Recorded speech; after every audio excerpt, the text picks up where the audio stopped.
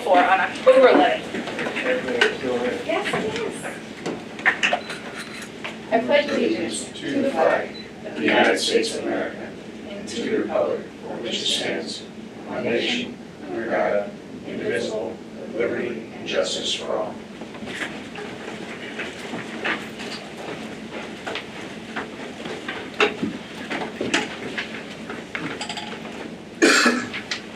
Commissioner Grant, could you please read the summary of letters for us, the correspondence?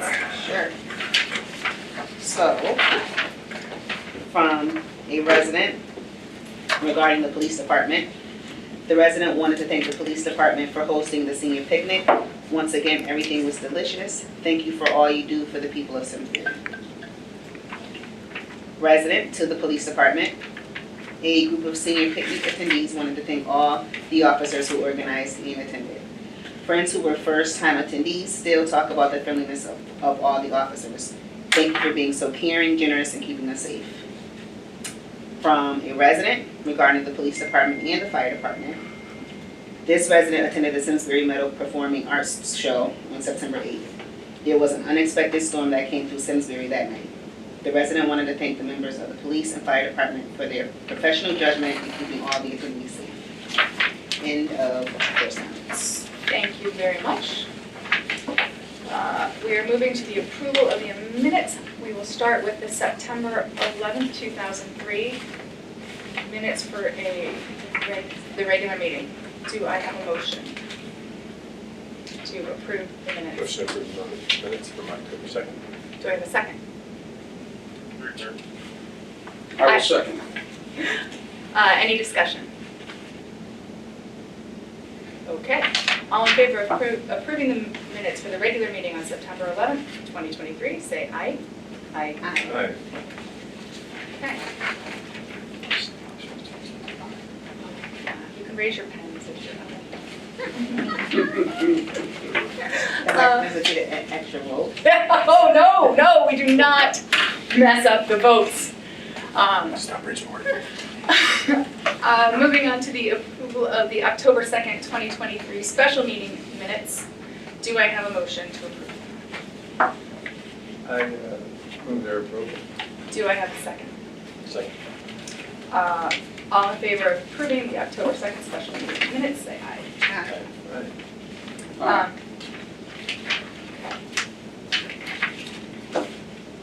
Next on the agenda are reports, starting with me. My only report is that we had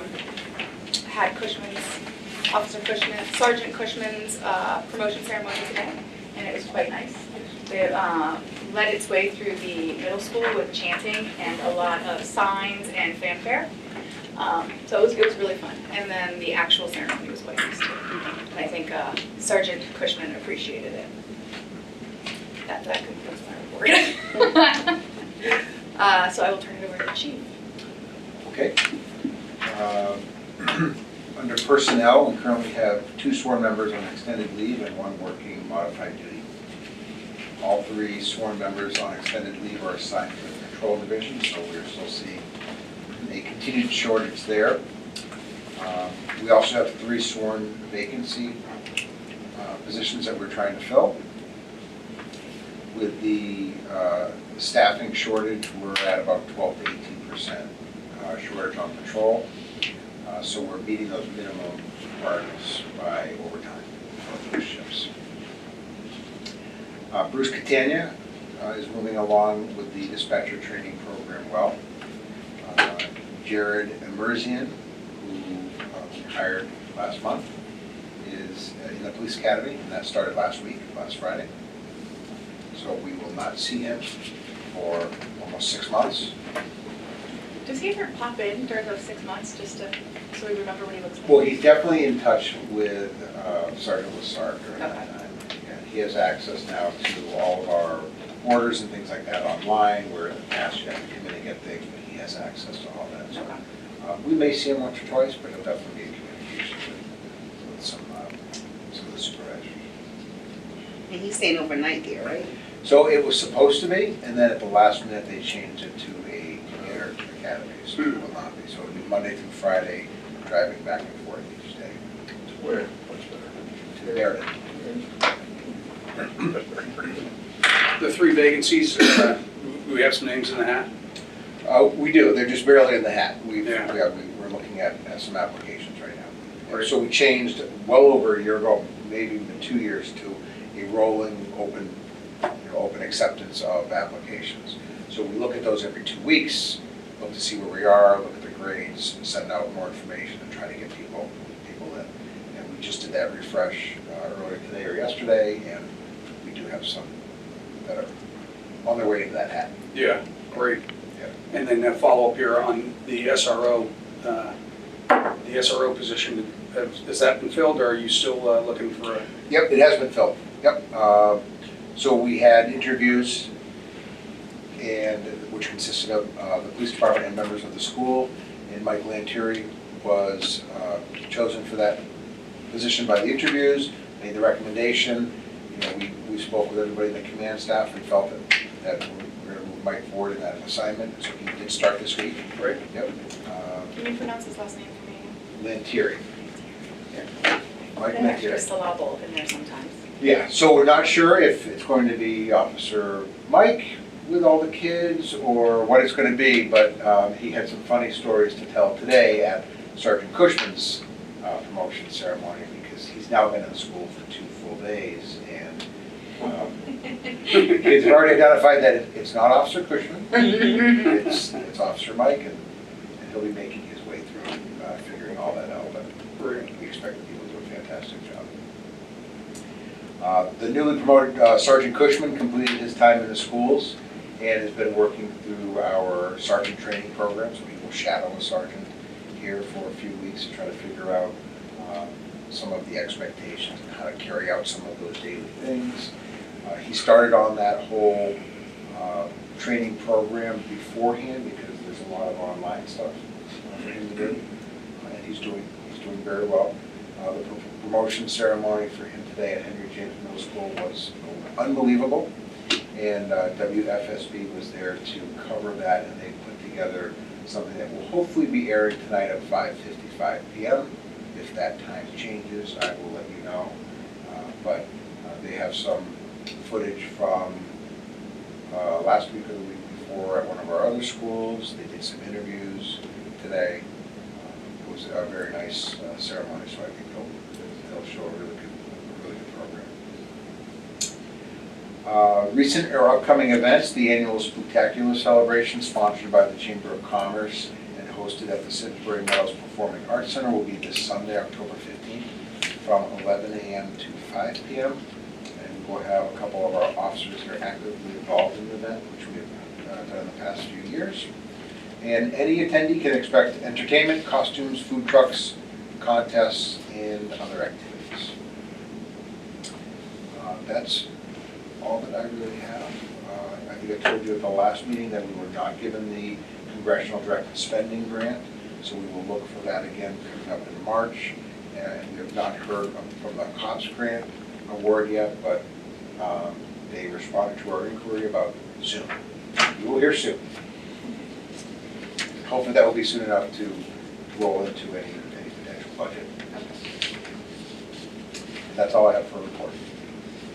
Any questions? All right, then moving to our general consolidated monthly, preliminary monthly reports.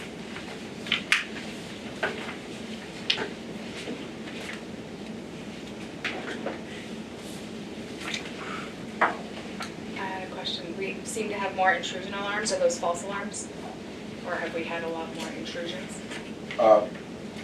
Most of our alarms are false. There hasn't been like a rash of. There is not that a rash of alarms that have resulted in people trying to. That would be bad.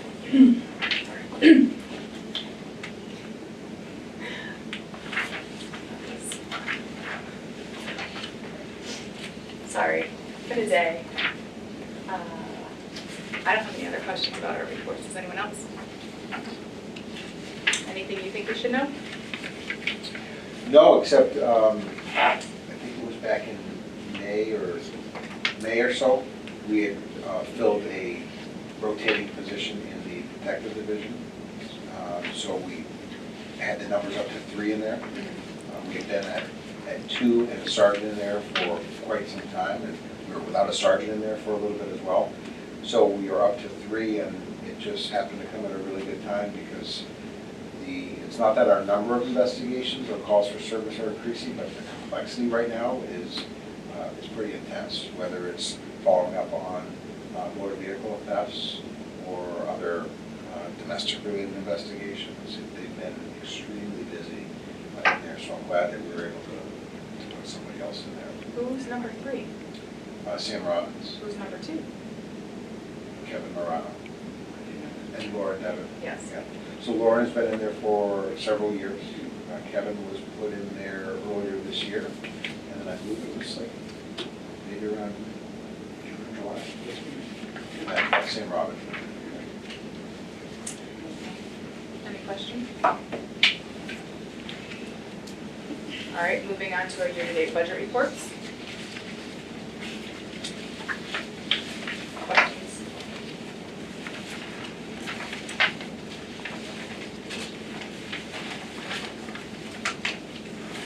I know overtime is 10% higher, but it's early enough in the year that doesn't look glaring, but Yeah. we're burning through it, all right?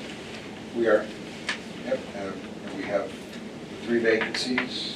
We have 3 people that are out from patrol, so we're finding ourselves in the same position as we were last year. Yes, I was gonna ask, how's it track compared to last year or the previous years? It's pretty much on target. Yep. Yeah.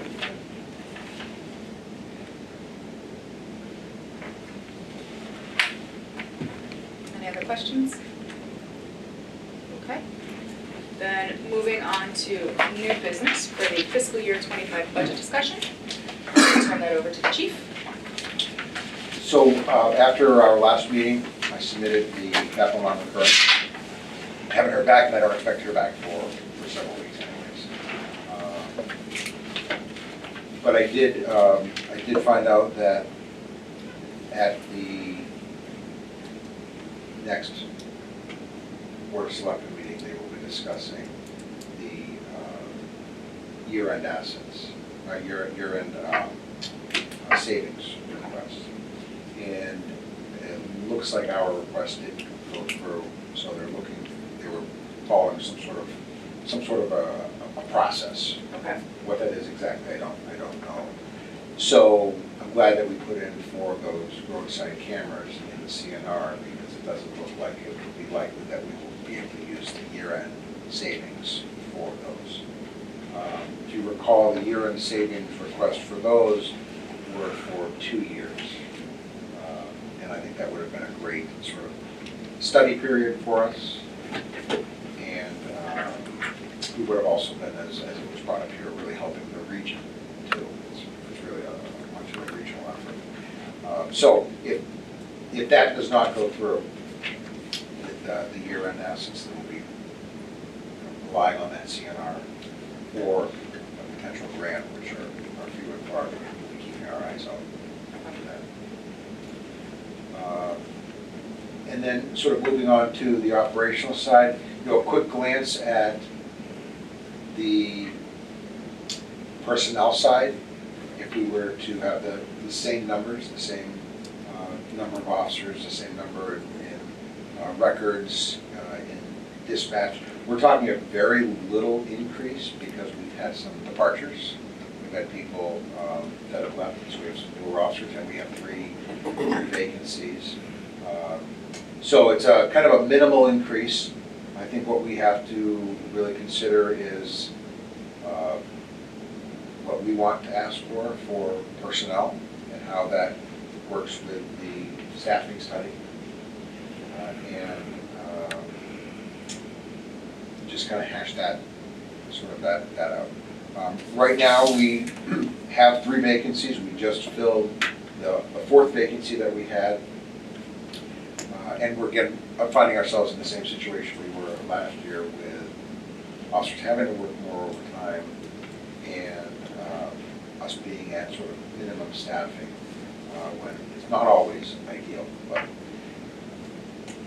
so I think that the service report was recommending 1 to 2 more officers than we currently are authorized for that number to be at either 43 or 44 sworn. We've been asking for the numbers, we've been asking for 43 for years. So we need to consider that, and then also a significant sort of ask or find of that report and support was more records personnel, so more civilian personnel. The report actually asked for 2 full-time in records and 1 full-time to help with training and community services. So sort of relieving some of those functions of our sworn personnel. Right now with 42 officers, we are at a ratio of 1.69, ratio of one officer per 1,000 residents.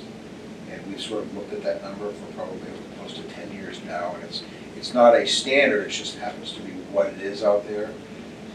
Where the Northeast is at 1.8, New England 1.9, Connecticut is 2.1, the national is 1.9, and our comparable towns are at 1.8. So we're still short of that with the number of officers we have now.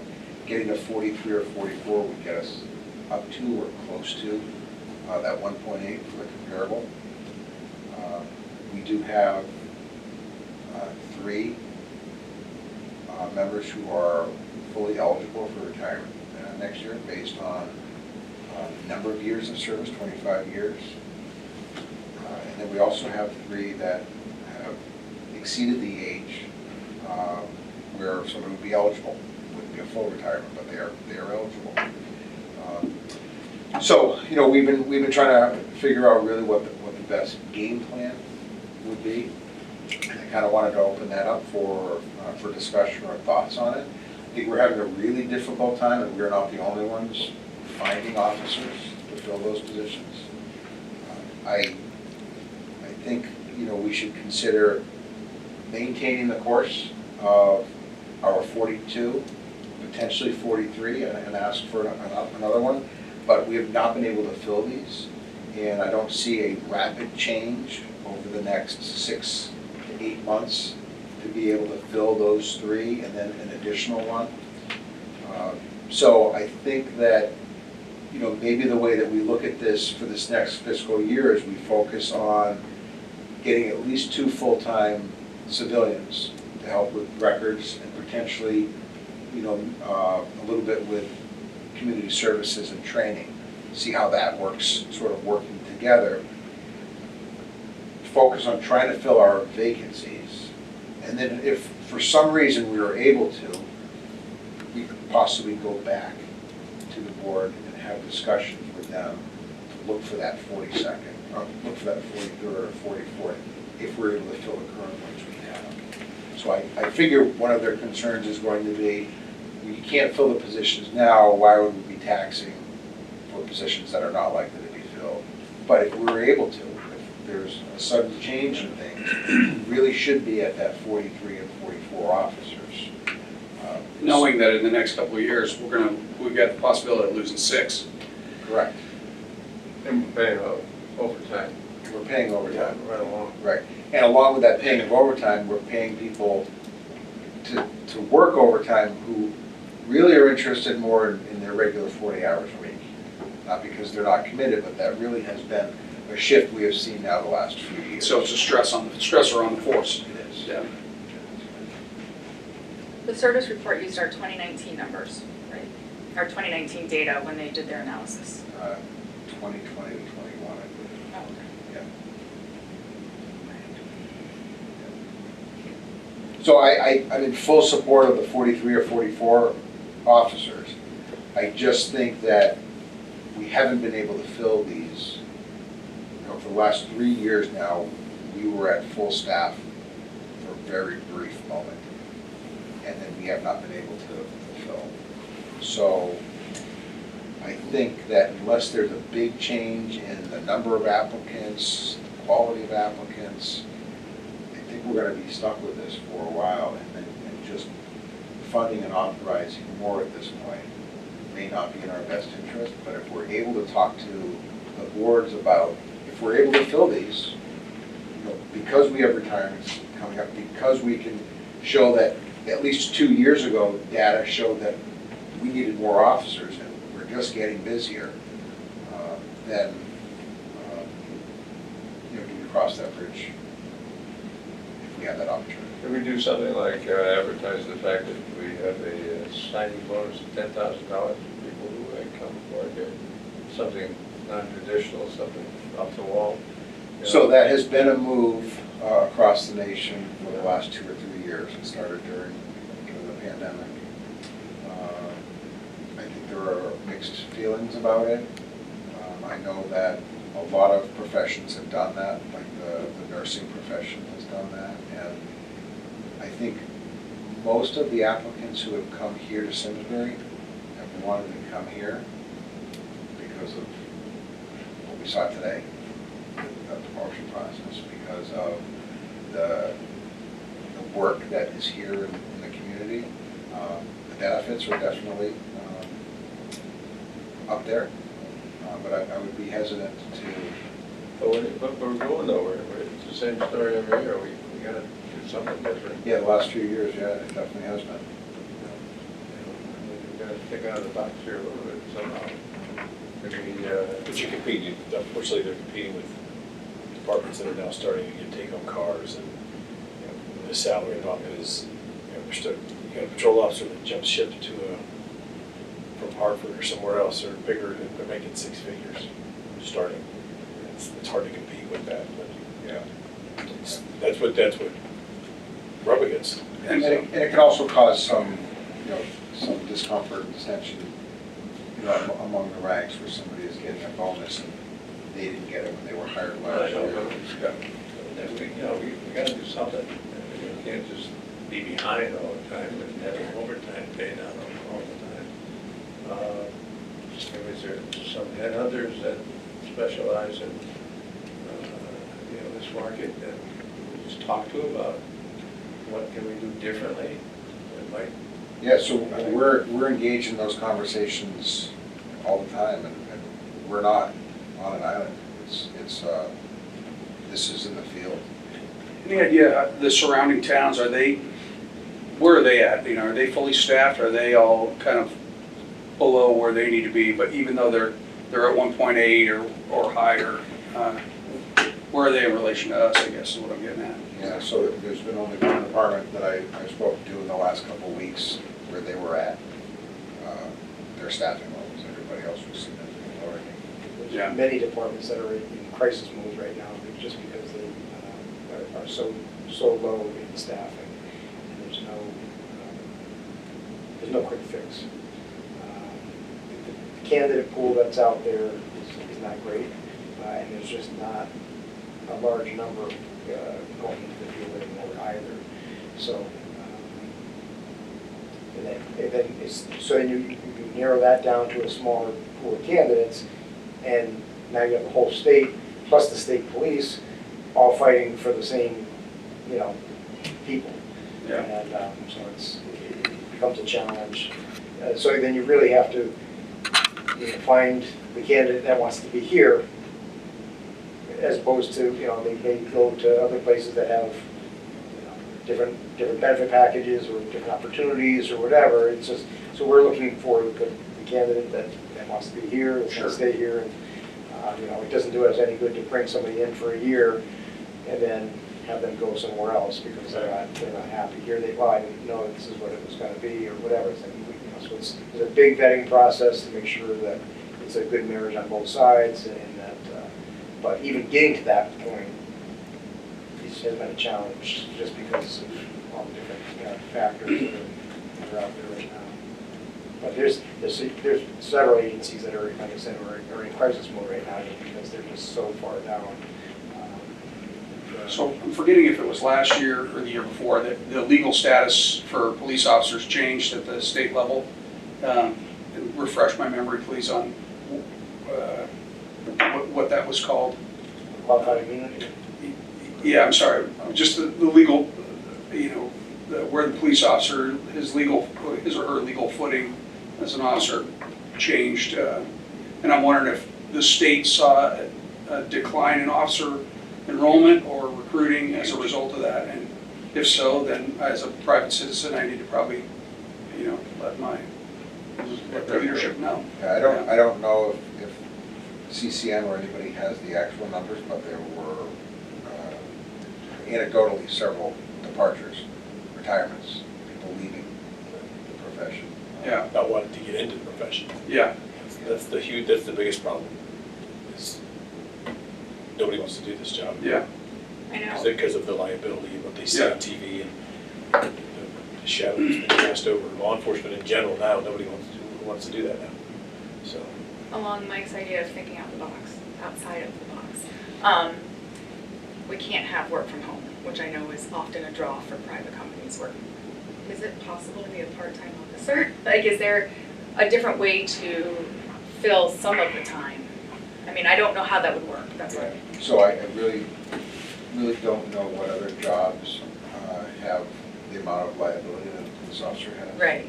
The expectations that we have on the officer's knowledge, like it's so important to be aware of every single email that comes through, the laws that change, the expectations, and it's challenging enough for a full-time employee. Gotcha. So there are places that do, and I think that they take quite a risk.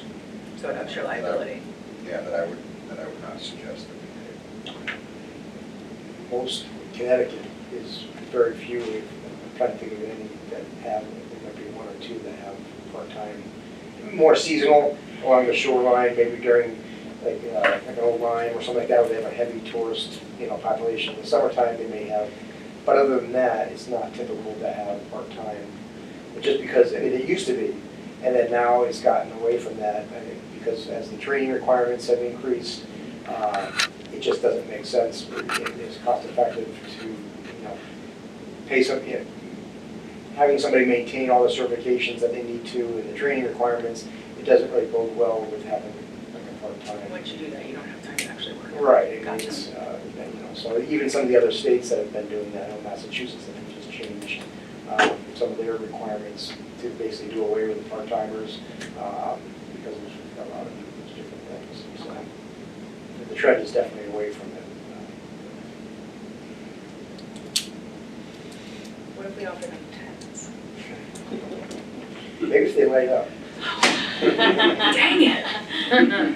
But that was, to my point, that's the problem, is, there's a jurisdiction south of Hartford that took a lot of officers from Hartford, but it's monetary, it's take-home cars, and it's things like that everybody's now getting that, because everybody got that. They brought everybody, to a certain level, and then they brought everybody on at that certain level with the bonus and everything else, and you could buy your time back.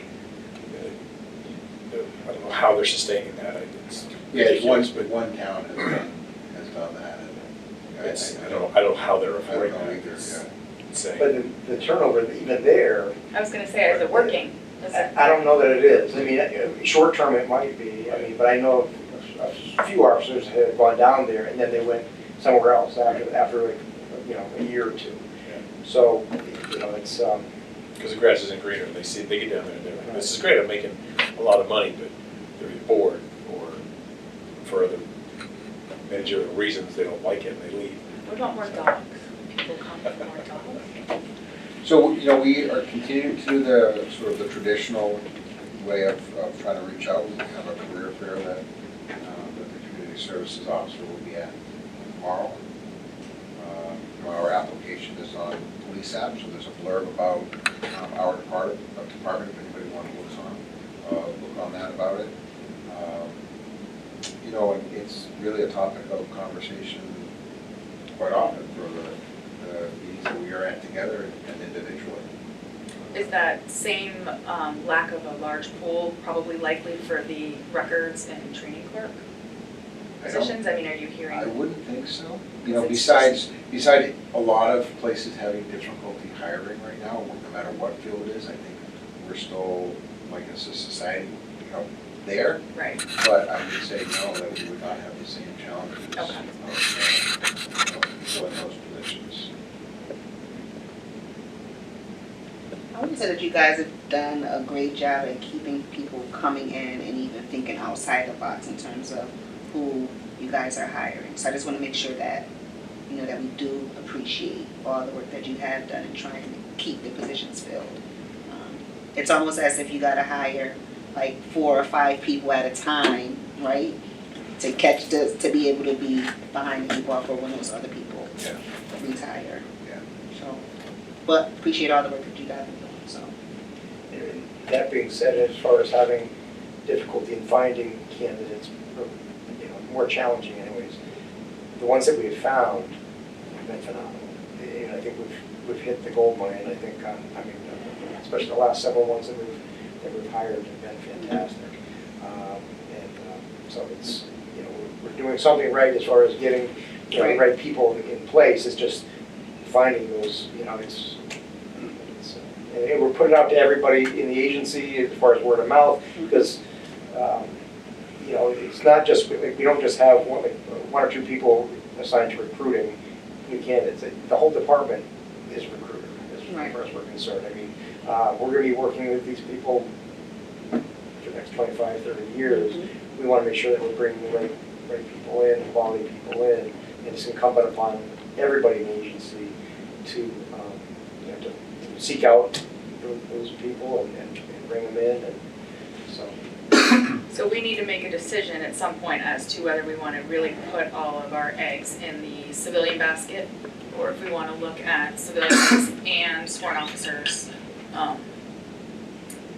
So I think that's something we'll need to consider. I think like you were saying, like if we hired the civilians to be able to do the records, and I think it was one other thing, but hire them to do that, the community service stuff, then that could free up the sworn officers to be actually out there, right? Is that what did I get that right? So, almost, Okay. yeah, so it would free up, like, so right now, our training division really is one person.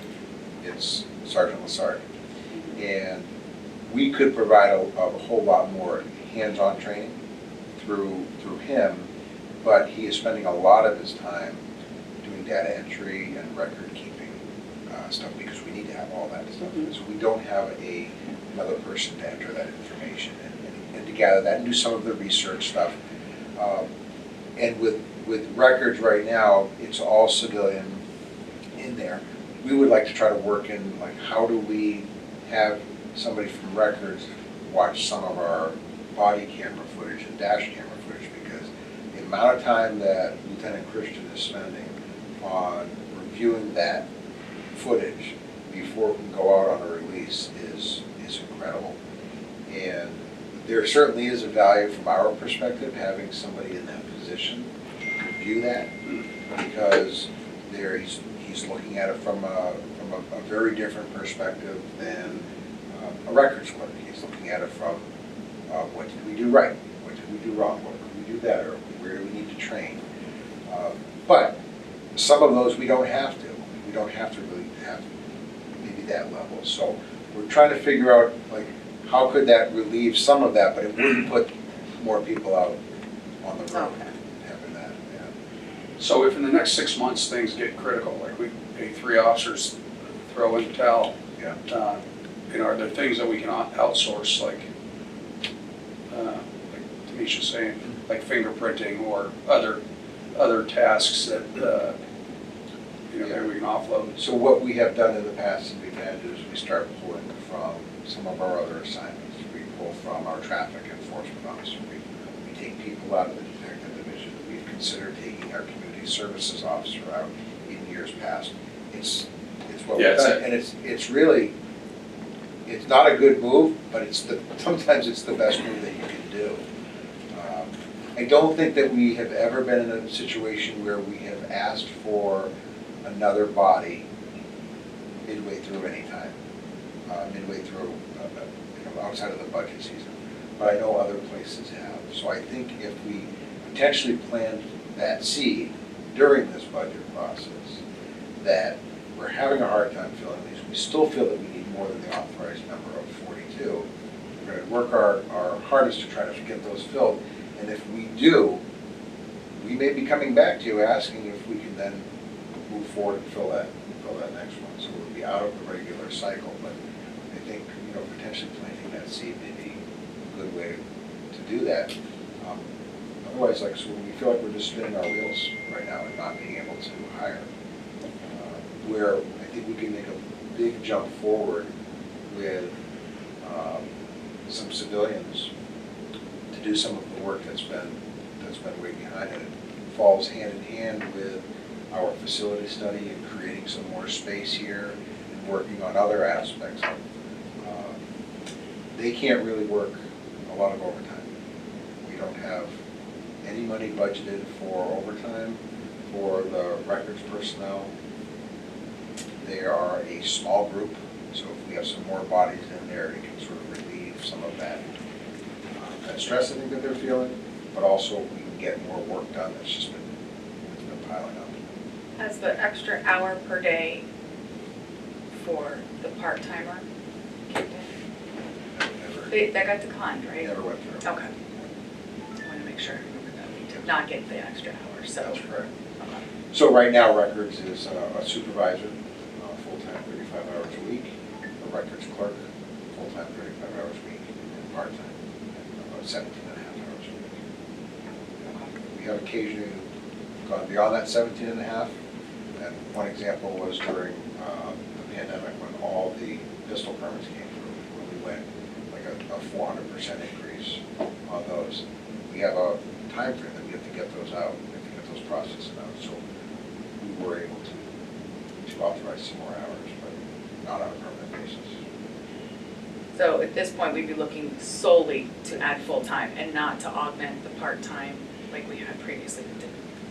Yeah, that's really where we have landed right now, and that's why I kind of want to open this up for discussion, because I think there's a lot of moving parts for this. I don't know if we've ever asked for something to be reconsidered, down the line. But we also don't have these vacancies filled.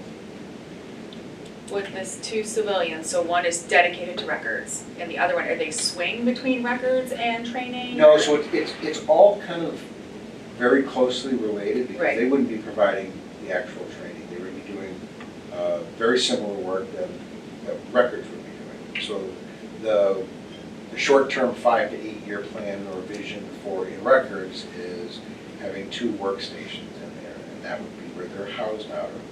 And some of the work that's currently happening with the training sergeant and with community services can just be completed by the records personnel. So it would be a records clerk or a police clerk, whichever would fit in more appropriately, because we have 2 classifications.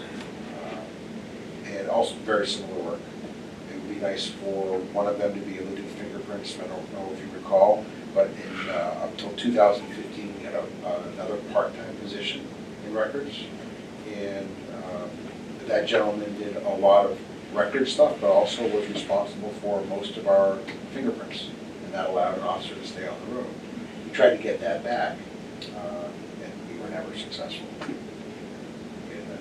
So, Because we couldn't hire somebody to do that, or? no, because it wasn't authorized.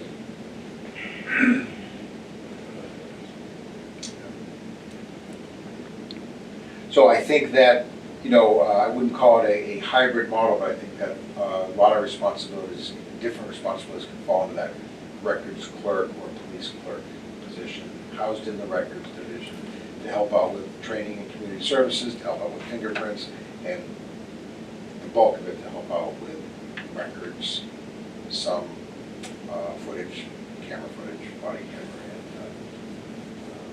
and dash camera. What do y'all think?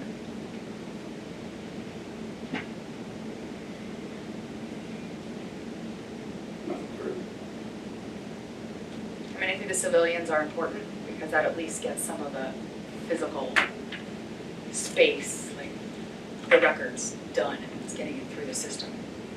Helps to relieve some of the pressure. Yeah. Yeah. And it does, like you said, take pressure off of the sergeant for training and the lieutenant who's doing body cam, so that's helpful. In our community services officer. Yeah. Takes some pressure off of him, and animal control.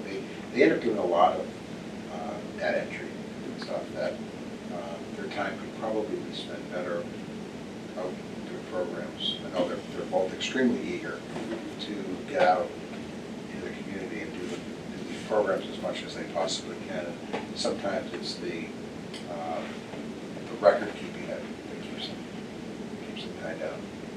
I can't imagine having to spend a day looking at video. At my previous job, when I had to do that, I had to say to the kids, please don't make me go run through this video. Just tell me what you did, because if I go through the camera, it's going to be worse if I have to go through it, because you literally have to go through it second by second. Right. Yeah. So I can't even imagine having that as a job to do. Yeah. And you have a 2-hour video, say, of an incident that occurred. You know there's more than one officer there. So it's 2 hours you have to watch from one perspective, one camera, another camera, another camera. And then if it involves your cruiser, you have another camera there. And then if it's in any facility, we have to look at that as well. And make sure that, a person's rights are protected if there's any medical information that should be released, all sorts of stuff.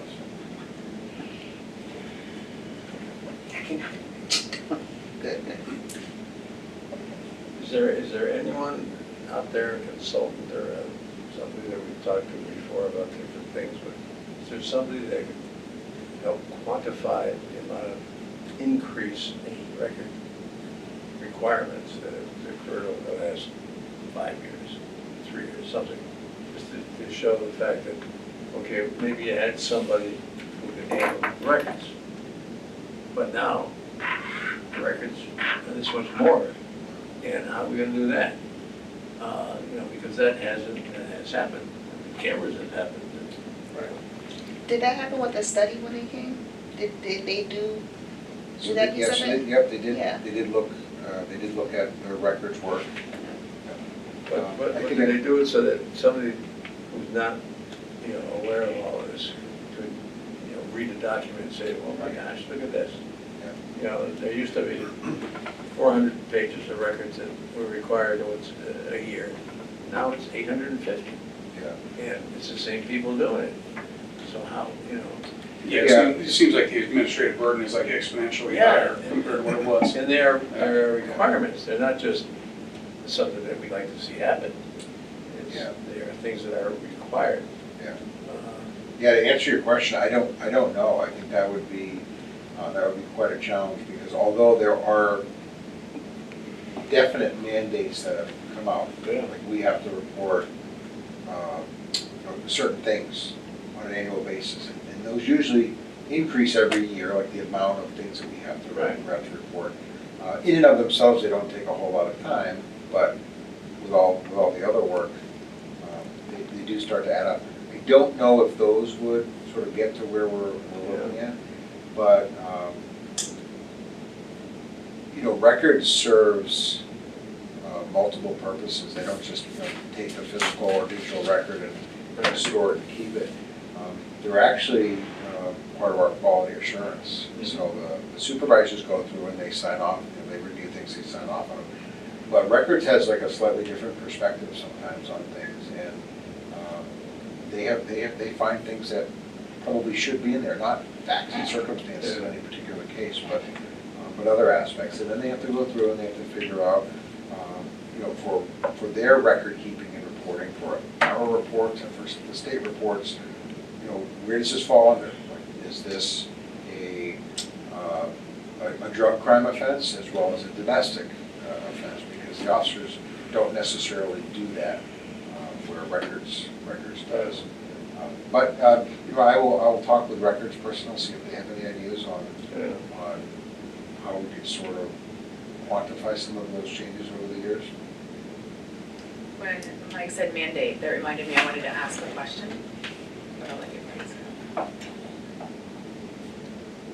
Yes. go. When we were talking about the CNR and how some of our requests were mandated and thus not able to be prioritized, we were going to follow up on discussing that with Yes. the financial powers that be. Yes. Were you able to do that? Yes. So we didn't quite get where we were hoping we would be, but There was an area where we could put it mandated, so we did not have to put those as a priority because they are mandated. Okay. So the 3 or 4 out of those requests were considered mandated. I had to put the cruisers in, even though they're not under CNR, they were still requiring a number there, so I put the numbers in and, inserted the cars before the other 3. So, Okay. we'll see, Was what was finally submitted substantially the same as what we looked at? yeah, it was the exact same. But I think there were 3 or 4 that were mandated. Yes. Body cameras. Yeah. Like the taser. Body armor. Taser wasn't the body armor one. Yes, that's what it was, yeah. Okay. Anyway, to bring it back to this one. Yeah, so the real, sort of 2 major areas is what would the board like to see on personnel? And we will definitely be working on matching up the service report and then any of our, input or thoughts on things. And then on the other side, just there's some, slight increases. We ended up doing the scheduling software this year, so we have an increase in that. There's a few other increases. So we'll see a slight increase in the operational side if we were to take out the salaries. We'll see a slight increase there because of those other things that we're like the software. Okay. I mean, I think it's important that we do ask for the civilians. That's not just that we need them, the CERTIS report backs up that request. We've asked for it historically, so I would want to go forward with at least the 2 full-time positions. If we were fully staffed today, I would be asking for more officers. That's really the only sort of issue with asking for more officers right now is that is it reasonable that we'd be able to fill them in that fiscal year? But if we were fully staffed right now, I would be asking. And today's a prime example. We have 3 sworn officers that are out on extended leave. So we're not reaching that number. That, including with the vacancies, we're 6 out. But overtime's the red light there, right? It is, it is, but it's not, like, and last year was a really good example, we're $109,000 over in overtime, the budget. Even though we'd asked for more, $109,000, that's a lot. That's a salary. And it is a salary, but it does not equate. So we won't see, hire 1 more officer and the overtime goes down. Ours fluctuates so much as it is based on not just the calls for service and types of calls for service, but on the health of the department, use of vacation time, use of compensatory time. So, all that factors in, and sometimes it's like this, but I would say that at some point that would start to come down. I think the thing that would be important for us to look at, which we've been saying for a couple of years, is that relieving some of that stress on the officers who don't want to be working so much. And they understand that they may be held over for an emergency, an accident happens at the end of their shift, or something else occurs, every once in a while, but on a regular basis, they're looking to do kind of close to their 40 hours a week. And we've seen that move, and I think we should try to support that as much as we can. Are we still tracking the mandatory overtime versus the Yeah. voluntary? Yeah. Okay. But even that's not a 100% accurate number because people say, yeah, I'll take it, as opposed to force me to take it. Right. We have a lot of people who really want to work as best they can with everybody, and but we are trying that. Maybe AI will help us out here too by just looking at a couple of the reports we have and doing a whole story on it, just automatically, one right after another. Yeah. I do think it's important that when we go through the budget process, we note that we do need additional officers. I agree. Whether we decide to put that as a formal bullet point or its own form in the magical form process that you have. I think it's it's important that they know where we're at and what we need. And that while we can't fill them right now, if we could, we need the bodies. 100% concur. Consistent message over the Yeah. year, through the years, that we have a big demand signal. And then we don't get something cut out because we got a new snowplow somewhere. Yeah. Or, something of that nature. But, And I will have the conversation again with the superintendent of schools About the third. about a third SRO and sort of where they are with that, because we were at a good place last year, and then there were some other priorities, so. I have some video that would support that request. Right. Of kids chanting as the, Right, do we have anybody, the news, right? oh, yes. well, that's not a real, yeah, it is. It's 5 minutes. Okay, I know it's five- not. 5 right now.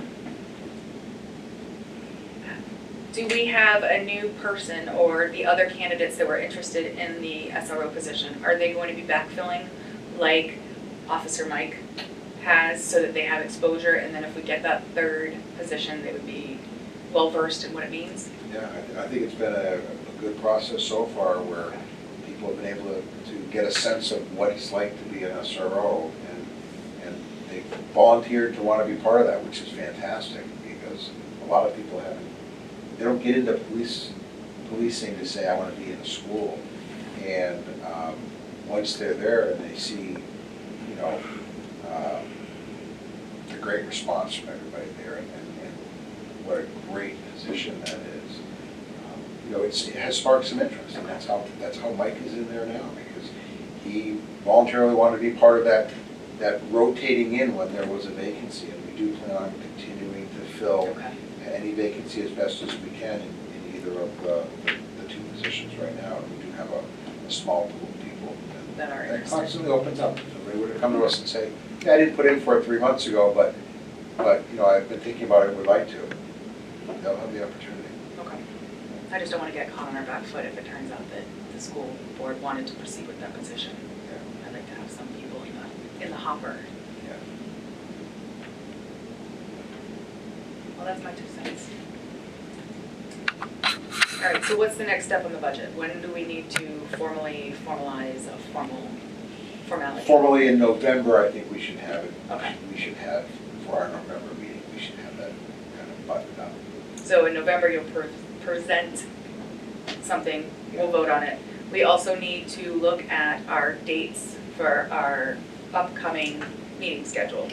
And we need to read them out loud so that some of us, me, don't get confused.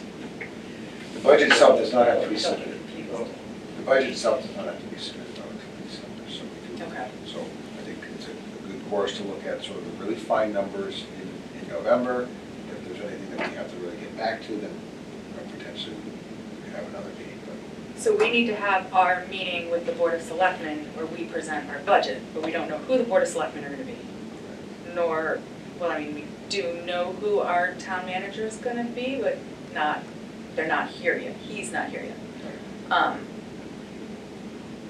When do you guys think we should try to schedule that? I mean, when does, I think they have some tentative dates okay, ready, early January. Okay. I think it's the first 2 weeks. of because we January. try to go before the tri-board. Okay. Yeah, The charter calls for it. it does. You are correct. I think maybe just a reach out to town manager's office, you can probably firm up a date. I can do So that. we'll discuss budget next meeting, November 13th, and then we've got to button it up by, and submit it by when? In December, and I don't know the date off the top of my Yeah. head, but it's December. And that's the operating side, and I'll have, most of those figures done, let you know what the difference is, whether we have a static, we add personnel, we can kind of move it around and be able to see what it looks like. Will we have any feedback on the CNR, on anything that we need to do? No. Okay. Not by then. Okay. Will we have any feedback on our possible use of end-of-year savings for the flock cameras? Maybe. Okay. Okay. So their meeting was canceled, it was gonna be tonight. Yes. And I was gonna attend it in case I had the opportunity Okay. to try to talk about the cameras. And it's now been postponed, so. Is it at their next regular meeting? 27th is when they Yeah, re-upped it, I think. Okay, I'm not sure. they rescheduled that meeting? 23rd or I thought it was 27th? the 23rd, 23rd, it's a 27th? Monday. Don't they automatically meet on Monday? Yes, Monday, yeah. Yeah. So if that meeting holds, I will be there. 23rd. Okay. So that would be a good time for us to attend if we wanted to ensure that our flock cameras at least got heard. Yeah, and I don't know if the opportunity is gonna be there to talk about it, That but makes sense. I will. Little birds flying over Okay, cameras. Ask me a question on the camera. All right, well, does anyone have any additional questions on budget stuff at this point? I don't. All right, then moving on to the next item, old business. Any old business? Old business, old business going once? Okay. Last chance. All right, then, in that case, does anyone have a motion to adjourn? What about a second? All in favor? Aye. The meeting is officially adjourned at 6:01 PM.